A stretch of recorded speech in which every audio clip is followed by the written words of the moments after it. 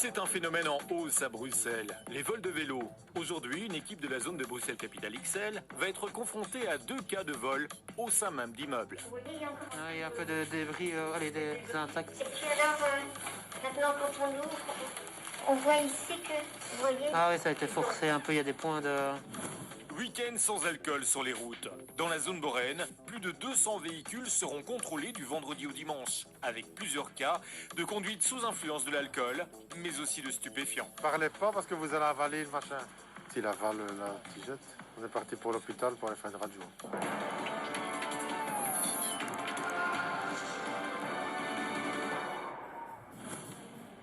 Police de Bruxelles-Capitale XL. Un appel vient de retentir.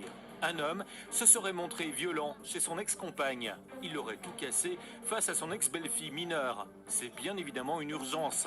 Sur place, la victime s'explique. L'homme violent, lui, est déjà parti. Il a tout cassé. C'est qu'à ça que moi, entre-temps, je viens de finir le travail, je suis rentrée à la maison. Ma fille était là, je lui ai dit, je sors le chien parce qu'on a un chien. Les temps que je suis sortie, il a commencé à tout casser et ma fille, elle était en pleurs, elle m'a téléphoné bien vite parce qu'il est en train de tout casser. Okay. En plus, il s'est permis d'attraper ma fille par le bras, ma fille elle est diabétique. Ok. Elle est blessée, votre fille? Elle n'est pas blessée, mais elle a le bras qui est tout. Et ce brave monsieur, il est où? On ne sait pas. Il est parti?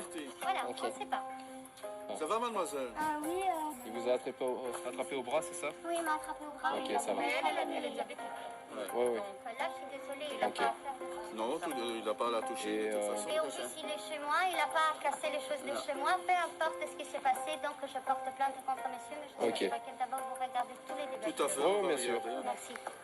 À l'intérieur, effectivement, les dégâts sont directement visibles. Un ordinateur a notamment été cassé. Mais ce n'est pas tout. Oui, c'est bien acharné dessus. Hein. Oui, il s'est bien acharné dessus. Et ça, c'est la photo qu'il a déchirée, monsieur. Ok. La police va prendre la déposition de la plaignante. Il faut aussi obtenir une description de l'auteur présumé. Il est habillé comment aujourd'hui, monsieur? Enfin, sa veste noire, une veste noire avec un jeans noir, un pull gris, une valise et un ou deux sacs à dos noirs. Ok, Tout ça est va. noir. Donc il a repris toutes ses affaires en fait. Oui, et il je est pense parti. qu'il a tout repris. Ok. Il n'a pas de voiture, monsieur? Non. Non? Par contre, il a les clés de ma maison. Les clés de votre maison? Ouais. Ça, l'idéal, ce serait de les changer le plus vite possible. Ouais, c'est ce qu'on va essayer de faire. Ouais, ça c'est l'idéal. Pour être sûr que monsieur puisse plus rentrer. Et s'il revient, vous appelez directement le 101 Ah oui, et on vient sur il place. sait bien. Là, il sait bien qu'il ne va plus venir. Moi j'ai diffusé la photo aux équipes sur le terrain. Comme ça on sait jamais si une équipe tourne ici tout près et La l'interfère. Jourdan ou du côté de Luxembourg, De parce qu'il Luxembourg. prend le train. Donc c'est votre ex-compagnon. On est d'accord. Oh, ok, oui. Là, c'est bon. Déjà, il n'avait pas touché. Oui, non, je comprends. Déjà, rien que ça. Et en sachant qu'elle est diabétique, et même c'est ma fille, et il casse tout. Il n'a pas, ça fait combien de temps qu'il est de retour? Ça fait même pas un mois. Ça fait un mois qu'il n'arrête pas de squatter. Donc qu'est-ce qui s'est passé? Quand vous êtes parti, il était déjà ici? Excusez-moi pour le masque, mais j'ai de la bulle sur mes lunettes. Moi aussi, j'avais C'est pour ça que je garde la distance. En fait, moi, donc, le matin, je suis partie travailler, comme tous les matins. Il était ici. Il était ici parce que pour l'instant, il squatte ici chez moi.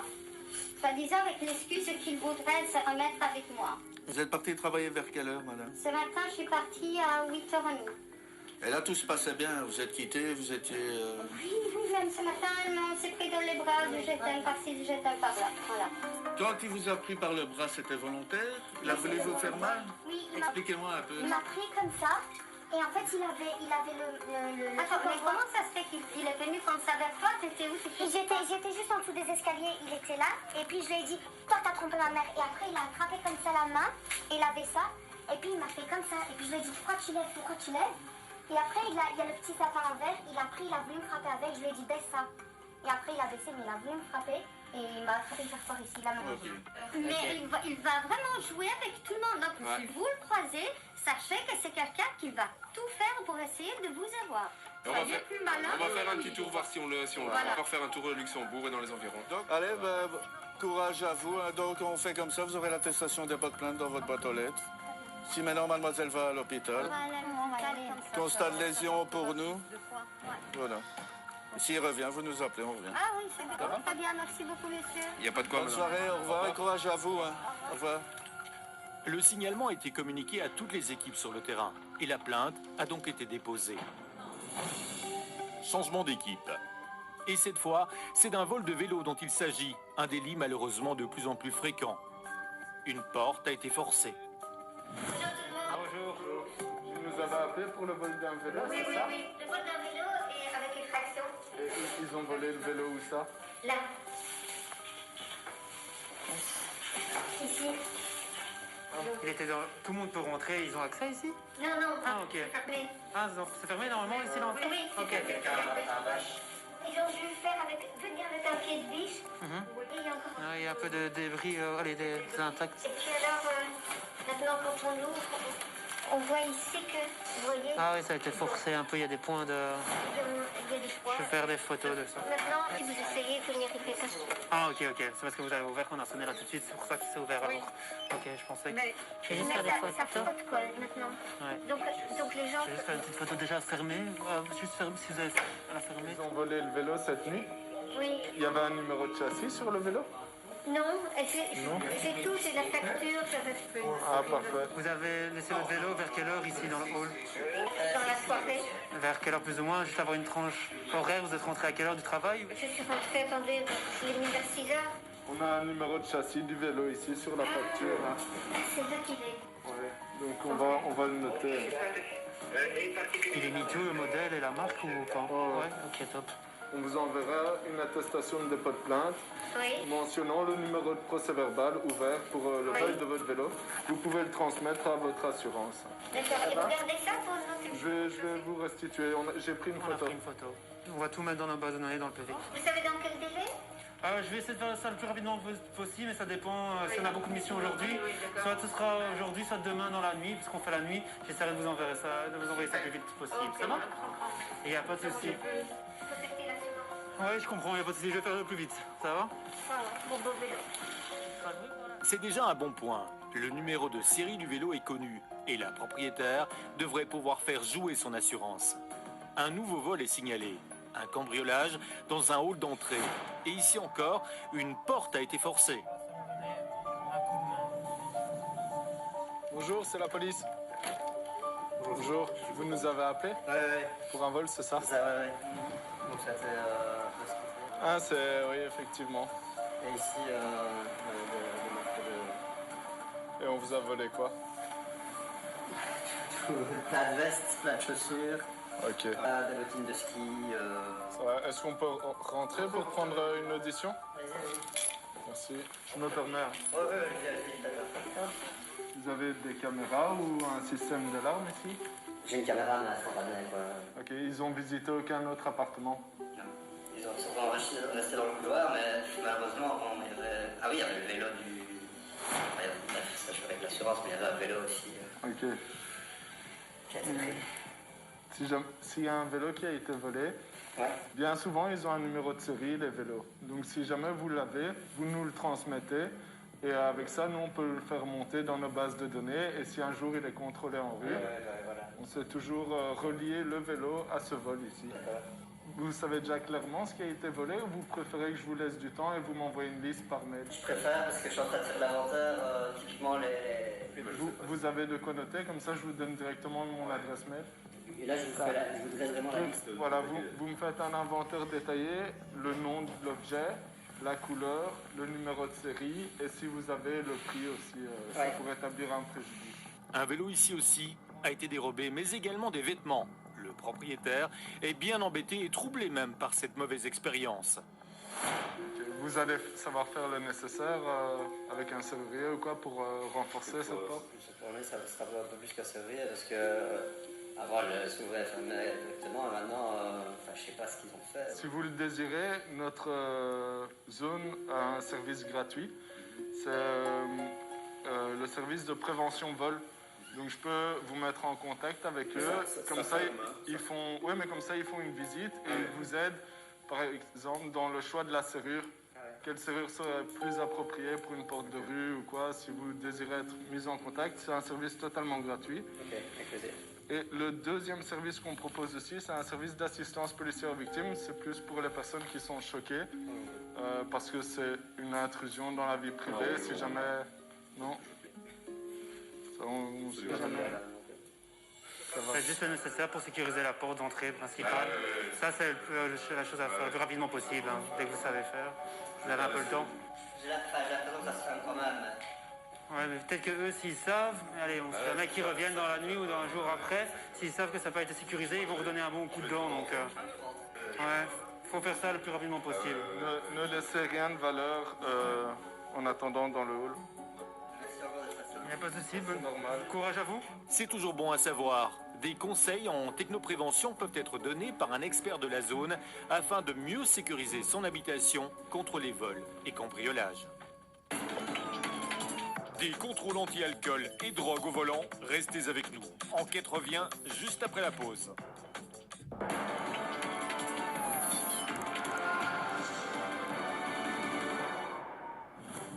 C'est une opération week-end sans alcool partout en Belgique. Nos spécialistes de la zone Boraine participent bien sûr à cette action spéciale. Mais c'est tout d'abord un véhicule en défaut de contrôle technique qui est repéré dans la circulation. Vous avez un souci avec votre contrôle technique? Totalement les la passer. C'est pour ça qu'on vous interpelle, hein? Oui, je me doutais. Elle en note de tout, hein.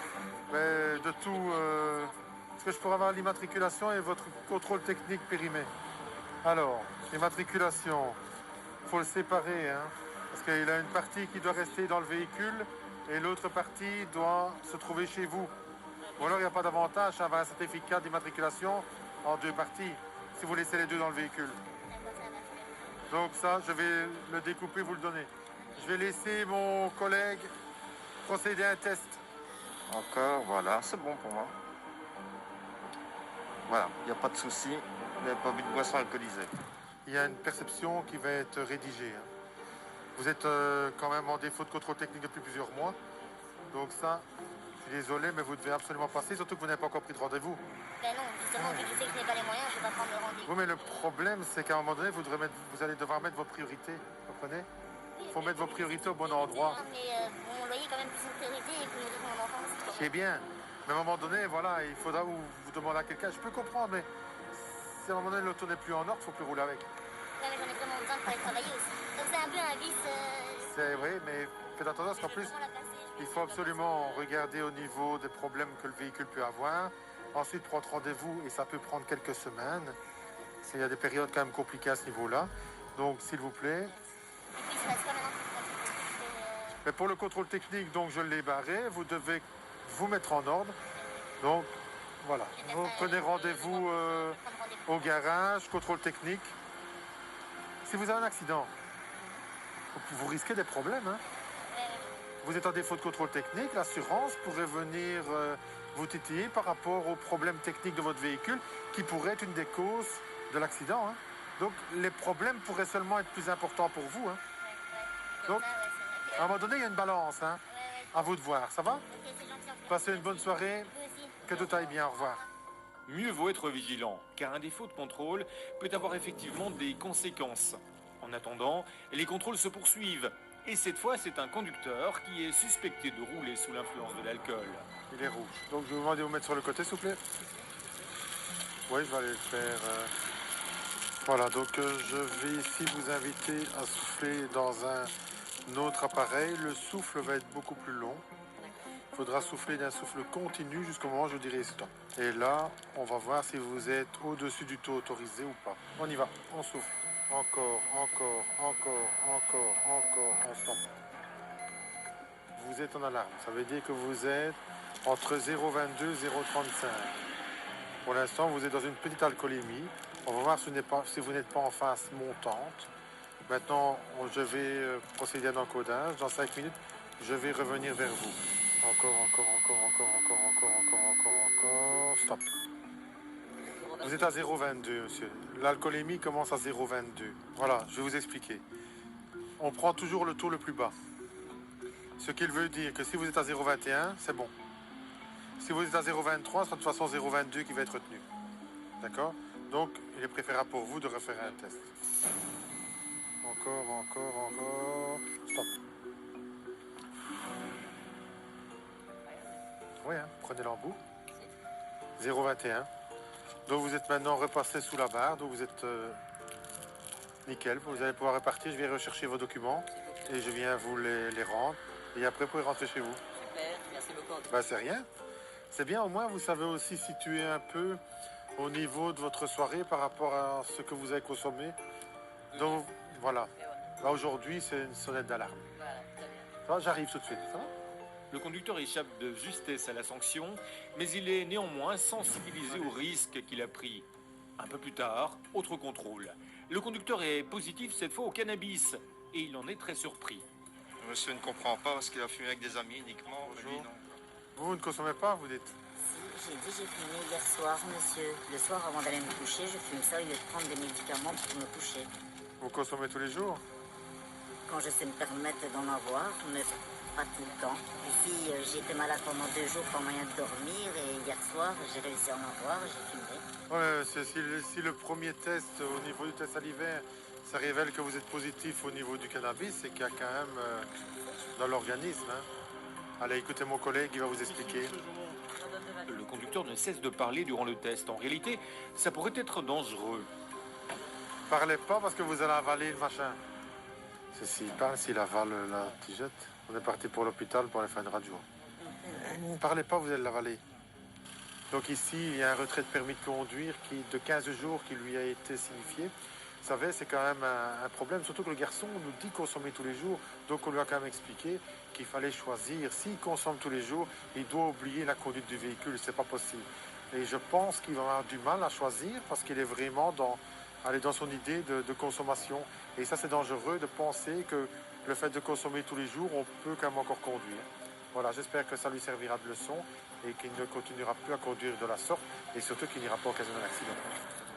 En fait, ici, monsieur, il a consommé dans le véhicule. Un autre conducteur est contrôlé lui aussi.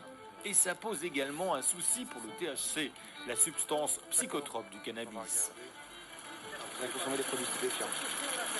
Vous avez de la matière sur vous. Vous voulez? Évidemment.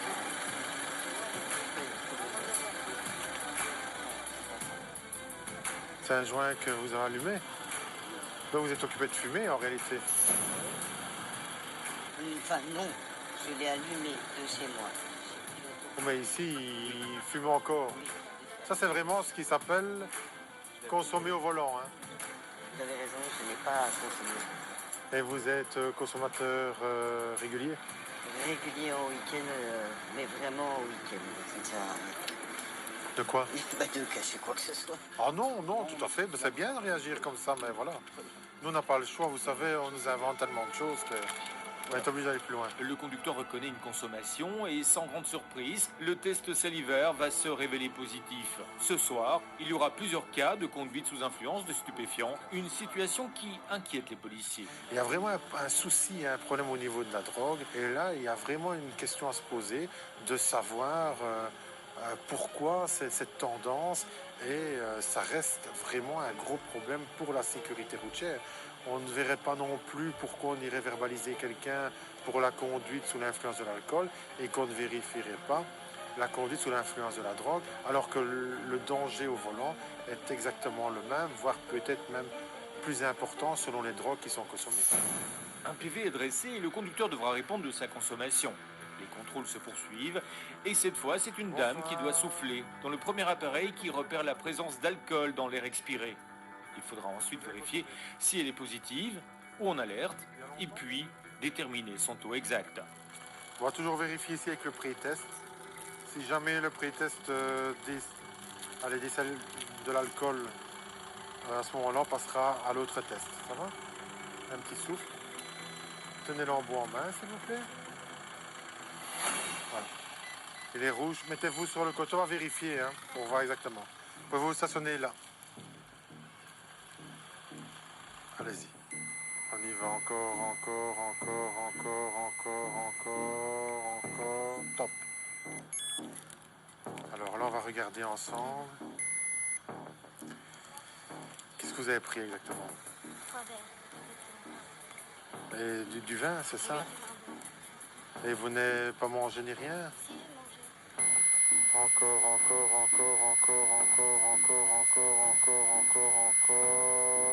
Stop. 0,46. Il faut savoir que l'alcoolémie commence à 0,22. D'accord. Est-ce que vous voulez un autre souffle? Ici, vous allez avoir une retenue de permis de conduire 6 heures.